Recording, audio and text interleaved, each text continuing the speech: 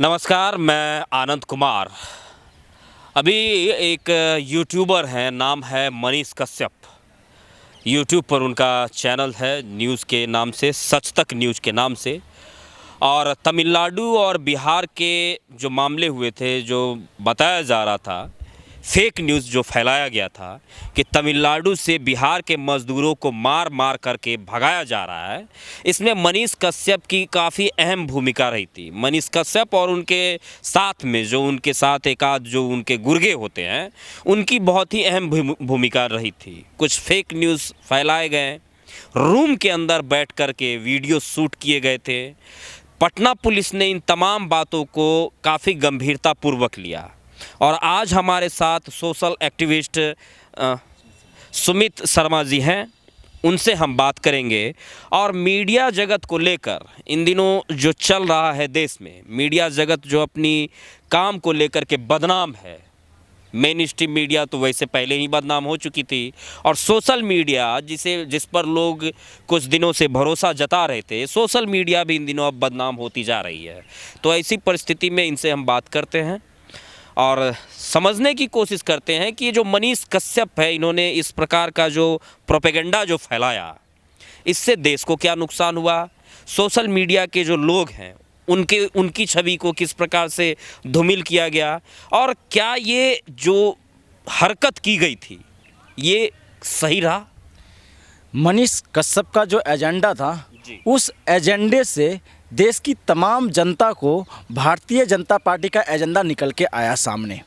Bharatiya Janata party को किस तरह से डर सता रही है, जिस तरह से यूट्यूबर मीडिया देश की जनता की आवाज़ बन रही है, उनके अभिव्यक्ति का स्तंभ बन रहा है कि जिस तरह से भारतीय जनता पार्टी ने मेन स्ट्रीम मीडिया के माध्यम से जो अभिव्यक्ति के स्तंभ को ख़त्म करने का काम किया, इन्होंने लोकतंत्र की हत्या करने का काम किया, तो यूट्यूबर मीडिया जगा और लोगों की आवाज़ बना। लेकिन उसी लोगों की आवाज़ से जब भारतीय जनता पार्टी डर गई तो उन्होंने पीछे के रास्ते से तमाम ऐसे गुरके शामिल कर दिए जिससे पत्रकारिता को धूमिल करने का काम यूट्यूब में भी करने का काम किया है भारतीय जनता पार्टी ने।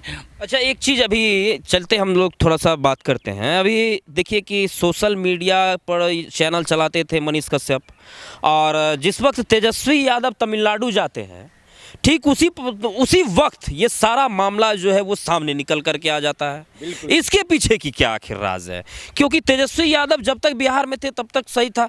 हालांकि मनीष कश्यप तेजस्वी यादव की आलोचना पहले भी करते हैं। यादव वो कहीं ना कहीं यादव हिंदू और मुस्लिम वाली बात जो है उनमें कहीं आरएसएस के तो वैसे भी हैं वो, तो ये सारी बात तो सामने निकल के आ ही रही थी। लेकिन तेजस्वी यादव तमिलनाडु जाते हैं और वहाँ पर जो है इस प्रकार की बात जो है वो होने लग जाती है। देखिए, भारतीय जनता पार्टी तमाम जो विपक्षी पार्टी है जो एकजुटता बनाने की कोशिश कर रहा है पूरे भारतवर्ष में, उससे भारतीय जनता पार्टी कहीं ना कहीं डरी हुई है। और भारतीय जनता पार्टी यही कारण है कि वो अपने गुर्के के द्वारा ऐसी हरकत करवाता है जहां से राजद्रोह पनपता है देश के अंदर और भाईचारे का खात्मा होता है।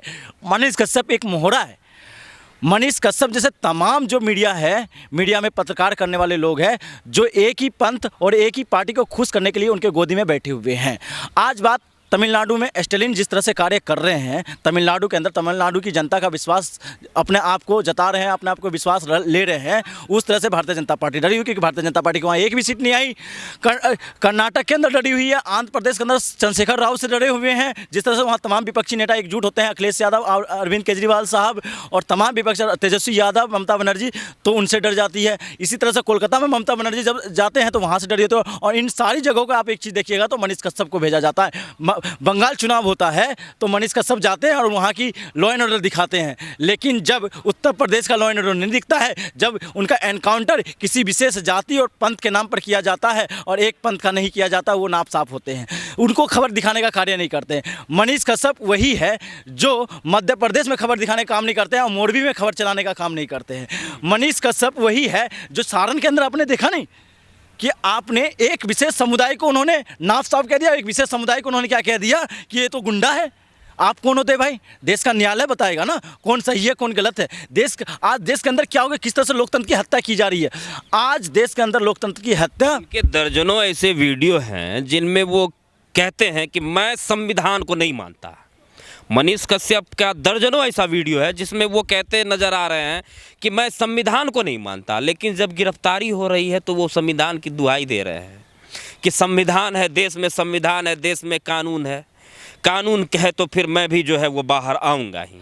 तो गिरफ्तारी से पहले संविधान को कोस रहे थे और गिरफ्तारी के बाद संविधान की दुहाई दे रहे हैं, तो ये किस प्रकार की पॉलिटिक्सबाजी है? ये आज तक क्या हो रहा था देश के अंदर, जो बुलडोजर, ईडी और सीबीआई जो दूसरे लोगों पर चल रहा है, तब तक तो ये खुशी मना रहे हैं, पार्टियां कर रहे हैं, झूम रहे हैं, लेकिन जब इनके ऊपर जाएगा तब इन्हें याद आएगा कि दर्द क्या होता है और वास्तविकता क्या है।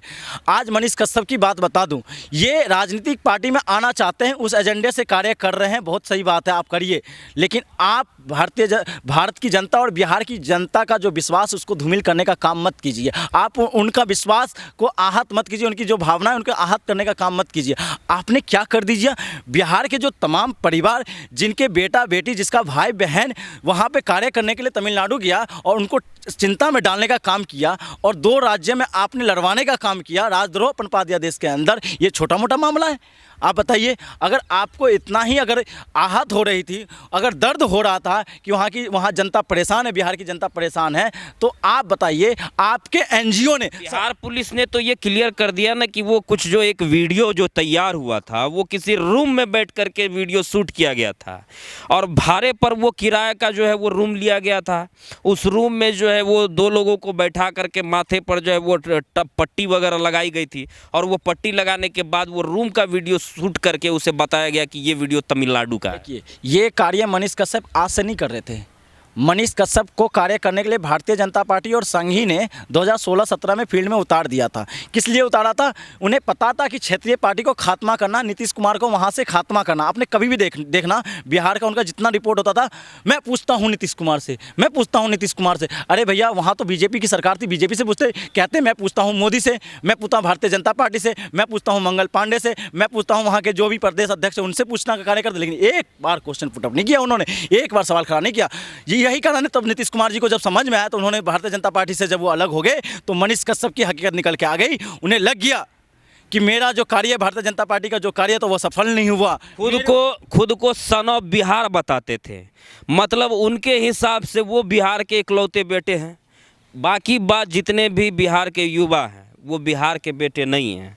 वो अपने आप को सन ऑफ बिहार बताते थे, खुद से सन ऑफ बिहार बताते थे और उनके जो साथ में जो उनके जो गुर्गे रहते थे वो बताते थे कि मनीष कश्यप देश का सबसे बड़ा पत्रकार है। तो मैं ये सवाल पूछना चाहता हूँ कि कहीं जा कर के चिचिया देने से, कहीं पर जा कर के हल्ला कर देने से, गाली गलौज कर देने से कोई पत्रकार तो नहीं बन सकता है, और अपने आप को खुद को सन ऑफ बिहार बताना, ये इस पे आप क्या कहना चाहें? सुनिए, कोई सन ऑफ बिहार कह देगा तो वो क्या सन ऑफ बिहार हो जाएगा? सन ऑफ बिहार पता है कौन है?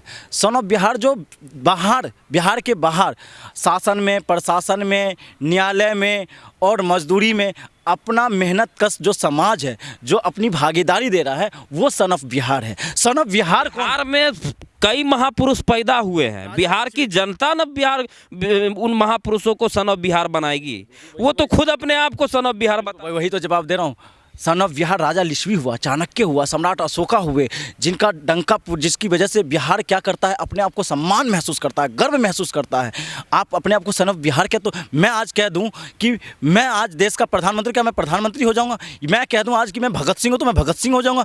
मुझे तो देशद्रोह का आरोप लग जाना चाहिए भाई। सन ऑफ बिहार कोई भी कैसे हो जाएगा भाई? आपने सन ऑफ बिहार थे तो अच्छा बताइए, बिहार की जनता के लिए आपने कितने कार्य किए? पलायन रोका आपने, पलायन के ऊपर इतने बोला था, आपकी एनजीओ ने क्या किया? और सच तक न्यूज़ का हकीकत आपको पता है? सच तक न्यूज़ जो चला रहा था वही आरएसएस का विनय पांडे है, जो उसका ऑनर है। सच तक न्यूज़ को कोऑर्डिनेशन करने का काम मुंबई से अगर कोई कर रहा था, वही नीलोत्पल मृणाल जी है, जो आगे से कभी काव्य के माध्यम से ये कहते मैं जनता का मसीहा हूँ। आप पीछे के रास्ते से देखिएगा तो अमर उजाला का वो जो ऑनर है वो है जो फंडिंग करता था मनीष कश्यप। वो सारे 40 लाख रुपए मनीष कश्यप के अकाउंट में बरामद किए हैं। और एक सवाल है कि मनीष कश्यप की पत्रकारिता से आप कितने सब खुश थे? देखो, मैं उनके पत्रकारिता से कहीं ना कहीं देश की मीडिया हाउस और देश की पत्रकारिता शर्मिंदा महसूस करती है। पत्रकारिता का मतलब होता है निष्पक्ष पत्रकारिता करना, जनता की आवाज़ बनना और जनता की आवाज़ को सदन तक पहुंचाने का कार्य करना। पत्रकारिता का मतलब ये नहीं है कि एक पंथ को और एक समुदाय को और एक पार्टी को खुश करने के लिए अपना एजेंडा चलाएं। अब मनीष कश्यप जी ने हिंदू राष्ट्र बनेगा देश, हिंदू राष्ट्र बनेगा देश, देख लो यहाँ जंगल राज है बिहार के अंदर, जातियों में देखो श्रवण की हकीकत क्या है। मनीष कश्यप कहते देखो पठान में देखो मुसलमान हिंदुओं पे अत्याचार कर रहा है। ये पत्रकारिता का क्या संदेश है? अगर हिंदू और मुसलमान हो रहा है तो पत्रकारिता का मतलब होता है एक माध्यम होता है दोनों में भाईचारा कायम करने का। पत्रकार का मतलब होता है मोहब्बत का पैगाम अपने माइक के माध्यम से रखने का। लेकिन आप पत्रकार के माध्यम से उनको टोकने का काम करते हो, धार्मिक उन्माद फैलाने का काम करते हो, जातीय उन्माद फैलाने का काम करते हो, क्षेत्रीय उन्माद फैलाने का काम करते हो। आप क्या क्या नहीं क्या, आप छात्रों के अंदर आपने जो टीचर है और स्टूडेंट के बीच में जो कहते हैं एक आदर्श भाव था, उस भाव को आपने ख़त्म किया कॉलेज यूनिवर्सिटी में जाके। अगर आपको दिक्कत वहाँ के एडमिनिस्ट्रेशन से दिक्कत था तो आप सचिवालय में जाते, सेक्रेटरी में जाते, वहाँ के एचआरडी मिनिस्टर में जाते, आप दाखिल करते, न्यायालय के अंदर जाते और होता सुनवाई।